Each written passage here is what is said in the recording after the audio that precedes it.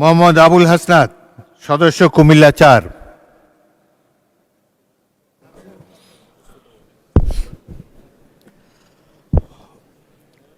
ধন্যবাদ আপনার সময় হলো ৭ মিনিট। ধন্যবাদ মাননীয় স্পিকার। আমার সিরিয়াল অনেক পিছনে ছিল, যদিও আমি আজকে এই সংসদে আমরা অনেক ত্যাগ তিতিক্ষা, আমরা সবার কাছে অনেকের সংগ্রামের কথা শুনি, তারা অনেক লড়াইয়ের মধ্য দিয়ে আজকে এই সংসদটি আমাদের প্রজন্মের জন্য, আসলে আমরা আজকে যা কাজ করছি না কেন সেগুলো হচ্ছে আমাদের প্রজন্মের জন্য। আপনারা যে কাজগুলো করছেন, যে দায়িত্বটা নিয়েছেন, এই দায়িত্বের ফলভোগী বা সুবিধাভোগী কিন্তু আমাদের এই প্রজন্ম। মাননীয় স্পিকার, আমরা খুব আশাহত হই যখন এই সংসদ এত রক্ত, এত লড়াই, এত ত্যাগের পরে আজকে যখন এই সংসদটি গঠিত হয়েছে, কিন্তু এই সংসদ আবার আগের যেই ভিশিয়াস সাইকেল, দোষারোপের যেই সাইকেল, একজনকে বিভিন্ন ট্যাগিংয়ের যেই সাইকেল, মত দমনের নামে, বিরোধী মত দমনের নামে মামলার যেই সাইকেল, আমরা সেইখানে আবার চলে গিয়েছি। ক্যাম্পাসগুলো আবার আনরেস্টের দিকে যাচ্ছে, অস্থিতিশীল পরিবেশ সৃষ্টি হচ্ছে, বিরোধী দল মত দমনের জন্য মামলা করা হচ্ছে, প্রতিমন্ত্রীকে ফেসবুকে লেখার কারণে বাসা থেকে তুলে নিয়ে আসা হচ্ছে, হুইপকে সমালোচনা করলে বাসা থেকে তুলে নিয়ে আসা হচ্ছে। আবার আমরা আগের সংস্কৃতিতে আমরা চলে যাচ্ছি, যেখানে মাননীয় প্রধানমন্ত্রী নিজে কার্টুন শেয়ার করে বিভিন্ন স্যাটায়ার, বিভিন্ন মকারিকে প্রমোট করছে, বিরোধী মতকে প্রমোট করছে। সেইখানে এই সংসদ গঠিত হওয়ার পর থেকে আজকে পর্যন্ত 9টা ঘটনা ঘটেছে, যেখানে মত প্রকাশের জন্য আজকে বাসা থেকে তুলে নিয়ে আসা হয়েছে। মাননীয় স্পিকার, আমরা মত প্রকাশের স্বাধীনতা চাই। মত প্রকাশের স্বাধীনতা আগেও ছিল, মত প্রকাশের স্বাধীনতা আওয়ামী লীগের সময় ছিল, তবে সেটা সহমত প্রকাশের স্বাধীনতা। আমরা এই পার্লামেন্টের পরে আমরা শুধুমাত্র মত প্রকাশের স্বাধীনতা নয়, আমরা দ্বিমত প্রকাশের স্বাধীনতা চাই। আমরা এখানে দাঁড়িয়ে মাননীয় প্রধানমন্ত্রীর সমালোচনা করতে চাই, আমরা নির্ভয়ে ফেসবুকে আমরা ব্যাকস্পেস ব্যবহার করতে চাই না। কিন্তু আবার একটা ভয়ের পরিবেশ সৃষ্টি করা হচ্ছে, আবার একটা আতঙ্কের পরিবেশ সৃষ্টি করা হচ্ছে। আমরা দেখলাম সিলেক্টিভ এক ধরনের বিরোধিতার পরিবেশ তৈরি করা হচ্ছে। আমাদের সমাজের যারা গ্রহণযোগ্য এক ধরনের পলিটিক্যালি এলিট শ্রেণীর নারীদেরকে নিয়ে যখন সমালোচনা করা হয়, তখন সেটাকে নারীদের বিরুদ্ধে এটাকে বিবেচনা করা হয়। কিন্তু যারা পলিটিক্যালি পিছিয়ে পড়া জনগোষ্ঠী রয়েছে, গার্মেন্টস কর্মী রয়েছে, যারা হচ্ছে এই দেশের অর্থনীতির চাকাকে সচল করার জন্য রাত দিন পরিশ্রম করে যাচ্ছে, গ্রামগঞ্জের নারীরা, মায়েরা যারা রাত দিন পরিশ্রম করে যাচ্ছে, তাদেরকে যখন স্লাট শেম করা হয়, গালি দেওয়া হয়, সেটাকে আমরা নারী বিরোধিতা হিসাবে আমরা সেটাকে আমলে নেই না। এই ধরনের সিলেক্টিভ নারী বিরোধিতা করা, এই ধরনের সিলেক্টিভ নারী সমালোচনা করার যেই ধরনের প্রবণতা রয়েছে, সেই জায়গাগুলো থেকে মাননীয় স্পিকার আমাদেরকে বেরিয়ে আসতে হবে।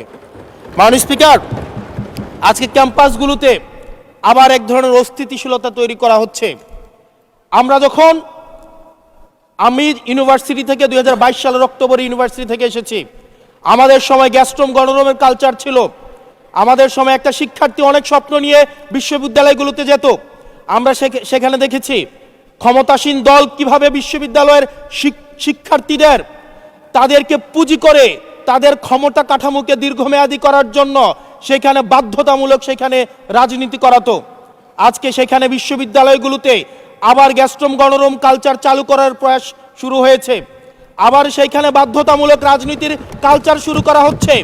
আমরা দেখেছি ক্ষমতাসীন যারা রয়েছে তারা তাদের সন্তানদেরকে বিদেশে রেখে নিরাপদ ভবিষ্যৎ নিশ্চিত করে, আর মধ্যবিত্ত সন্তানরা যাদের বাবা মায়েরা কলকারখানায় কাজ করে, যাদের বাবারা রেমিটেন্স যোদ্ধা, যাদের বাবারা কষ্ট করে তাদের সন্তানদেরকে বিশ্ববিদ্যালয়ে পাঠায়, তাদের সন্তানদেরকে ক্ষমতালোভী রাজনীতিবিদরা তাদের সন্তানদেরকে ব্যবহার করে তাদের ক্যারিয়ারে ঝুঁকিতে ফেলে তাদের গদি বা পাটাতন শক্ত করার জন্য নিজের সন্তানের ভবিষ্যৎকে বিদেশে রেখে নিরাপদে রাখে, আর পরের সন্তানের ভবিষ্যৎকে নিয়ে ছিনিমিনি খেলে। মাননীয় স্পিকার, আমরা এই সংস্কৃতির পরিবর্তন চাই।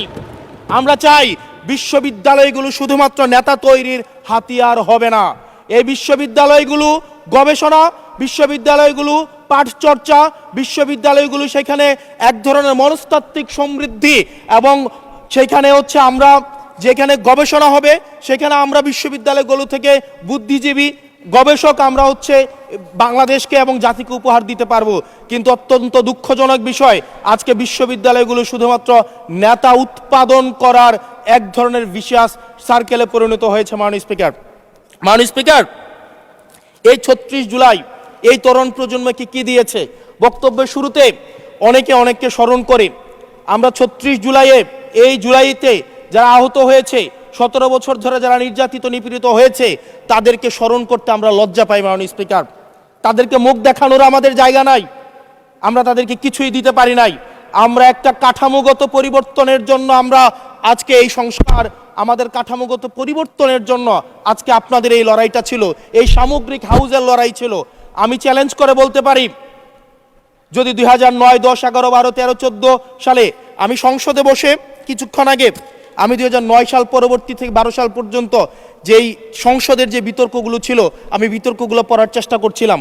মাননীয় স্পিকার, যদি আজকে এটা 2014 সালের সংসদ হতো আর যে সংস্কার প্রস্তাবগুলো এই পাশ থেকে দেওয়া হয়েছে, ঐকমত্য কমিশন থেকে দেওয়া হয়েছে, এই সংসদের একজনকেও খুঁজে পাওয়া যেত না যে এই সংস্কারের বিরুদ্ধে অবস্থান নিত। আজকে মানবাধিকার কমিশনকে ল্যাপস করে দেওয়া হয়েছে। মানবাধিকার কমিশনকে ল্যাপস করা হয়েছে, বারবার করে বলা হচ্ছে আরো শক্তিশালীভাবে হচ্ছে মানবাধিকার কমিশন নাকি উত্থাপন করা হবে। আজকে পুলিশ সংস্কার কমিশন, আজকে অর্ডিন্যান্স সেখানে বাতিল করে দেওয়া হয়েছে, বলা হচ্ছে আরো পুনর্বিবেচনা সাপেক্ষে সেখানে হচ্ছে এই সংসদ উত্থাপন করা হবে। মাননীয় স্পিকার, যদি সেটাকে সবকিছুই তো সংশোধনের মধ্য দিয়ে যাচ্ছে, যদি এটা নিয়তটা যদি সহি থাকতো, ওয়েল ইন্টেনশন যদি থাকতো, এই অর্ডিন্যান্সটাকে এখানে গ্রহণ করে পরবর্তীতে কিন্তু সংশোধন করা যেত। মাননীয় স্পিকার, মাননীয় সদস্য, আপনার সময় 2 মিনিট বাড়িয়ে দেওয়া হলো, 2 মিনিটে শেষ করুন। থ্যাংক ইউ মাননীয় স্পিকার, আজকে সরকারি দল বিরোধী দল, এই সরকারি দল এবং বিরোধী দল একটা আপেক্ষিক বিষয়। আপনারা এই পাশে ছিলেন, এখন সময়ের পরিক্রমায় পাশে গিয়েছেন, আমরা এই পাশে আছি। যদি জনগণ চায়, আমরা যদি মানুষের ম্যান্ডেট নিয়ে এগিয়ে যেতে পারি, তাহলে সময়ের পরিবর্তনে এই সিট পরিবর্তন হবে। আমি আপনাদের সবাইকে আহ্বান জানাবো, প্রজন্মের ভাষাকে অনুধাবন করার চেষ্টা করুন। এটা আমি আমার নিজেকেও বলবো, প্রজন্মের ভাষাকে পড়ার চেষ্টা করুন। আমাদের প্রধানমন্ত্রী যিনি আছেন, মাননীয় প্রধানমন্ত্রী, ওনার সন্তান যেই প্রজন্মের, আমরা একই প্রজন্মের, আমাদেরকে ধারণ করার চেষ্টা, আমি চাইবো আপনারা সবাই আমাদেরকে ধারণ করার চেষ্টা করবেন। বিএনপির নয়, কেবল জামাতের নয়, কেবল এনসিপির নয়, বাংলাদেশের মানুষের স্বার্থ, বাংলাদেশের মানুষের আকাঙ্ক্ষা, বাংলাদেশের মানুষের স্বপ্ন বাস্তবায়ন যেন আমরা করতে পারি। মাননীয় স্পিকার, এই চেয়ার আমি অনুধাবন করতে পারছি জনগণ বিচ্ছিন্নতা তৈরি করে। এই সংসদে বসে, এসি রুমে বসে, এসি গাড়িতে চলে, মিনিস্ট্রির এসিতে বসে, বাসার মধ্যে 24/7 আনইন্টারাপ্টেড ইলেকট্রিসিটির মধ্যে থেকে জনগণের সমস্যা বোঝা যায় না।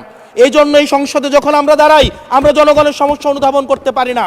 আমরা এই সংসদে বসে যদি আমরা লোডশেডিংয়ে আমরা খুঁজি, এই সংসদে বসে লোডশেডিং পাওয়া যাবে না, এই সংসদে বসে জনগণের সমস্যা পাওয়া যাবে না, এই সংসদে বসে সব কিছুকেই।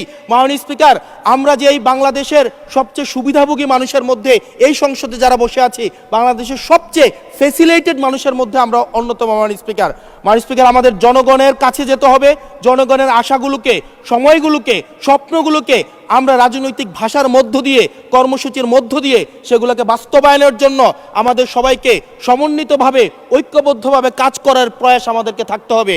আবার যদি আমরা বিভাজনের রাজনীতিতে যাই, তাহলে সেখান থেকে বিএনপি বেনিফিটেড হবে না, এনসিপি বেনিফিটেড হবে না, জামাতে ইসলামী বেনিফিটেড হবে না, সেইখান থেকে বেনিফিটেড হবে আমরা জুলাইতে যাদেরকে আমরা পরাজিত করেছি, তারা বেনিফিটেড হবে। মাননীয় স্পিকার, ধন্যবাদ। ওকে, লাস্ট মিনিট। সেজন্য আজকে এই সংসদে আমাদের একটা ন্যাশনাল এগ্রিমেন্টের দিকে যেতে হবে। আমরা পলিসির জায়গায় আমাদের বিরোধিতা থাকবে, পলিসির জায়গায় আমরা এগ্রিমেন্টের মধ্যে থাকবো, কিন্তু আমাদের একটা রেড লাইন টানা উচিত। এই লাইনটা আমরা ক্রস করব না। আমরা যখন শুনতে পাই যে একটা রাজনৈতিক দলকে নির্মূল করার আহ্বান একটা সরকার দল থেকে আসে, সেই বাংলাদেশে আমরা মাননীয় স্পিকার ফিরতে চাই না। মাননীয় স্পিকার, আমরা এখানে আমরা কনস্ট্রাকটিভভাবে পলিসির জায়গা থেকে আমরা আর্গিউ করব, আমরা এগ্রি করব, আমরা ডিসএগ্রি করব। কিন্তু মাননীয় স্পিকার, নির্মূলের রাজনীতি, বিনাশের রাজনীতি, দমনের রাজনীতি, পীড়নের রাজনীতি যদি আমরা বাংলাদেশে আবার পরিচয় করাই, ইন্ট্রোডিউস করাই, সেইখান থেকে এই সংসদের কেউ বেনিফিটেড হবে না।